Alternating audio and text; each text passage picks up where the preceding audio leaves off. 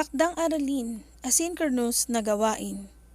Batay sa ating natalakay ngayong araw na pamantayang SMARTA, bumuo ng sariling personal na pahayag ng misyon sa buhay o motto in life. Gawin ang mga hakbang na iminungkahi ni Sean Covey 1998 sa kanyang aklat. Isulat ang inyong nabuong personal na pahayag na misyon sa buhay o motto in life sa isang malinis na papel. Maaari ninyo ito lagyan ng mga palamuti o dekorasyon. Kuhanan ng larawan at ipasa sa aking FB Messenger, Ma'am Eva Banayat. Ipasa ito bago o hanggang Hunyo 14, 2022.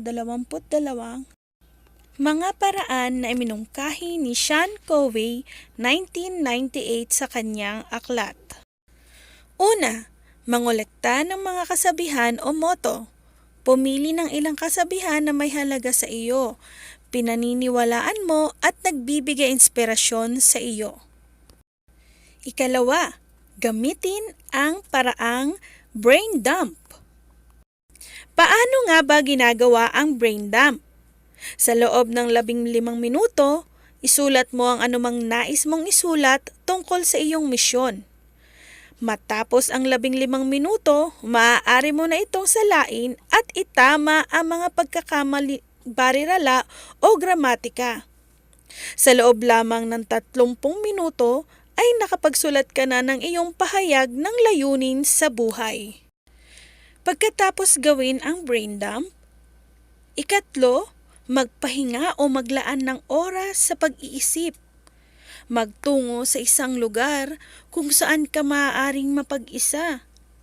Doon mo pagtuunan ng panahon ang paggawa ng iyong layunin sa buhay sa anumang paraang makatutulong sa iyo. At ang ikaapat, huwag masyadong alalahanin ang pagsulat nito. Hindi kinakailangan ang perpektong pagkakasulat ng layunin sa buhay. Ang mahalaga, nagsilbi itong inspirasyon sa iyo. Itanong sa iyong sarili, ako ba'y naniniwala sa aking isinulat? At makakamit ko ba ito? Kung masasagot mo ito ng oo, binabati kita. Mayroon ka ng personal na pahayag ng misyon sa buhay.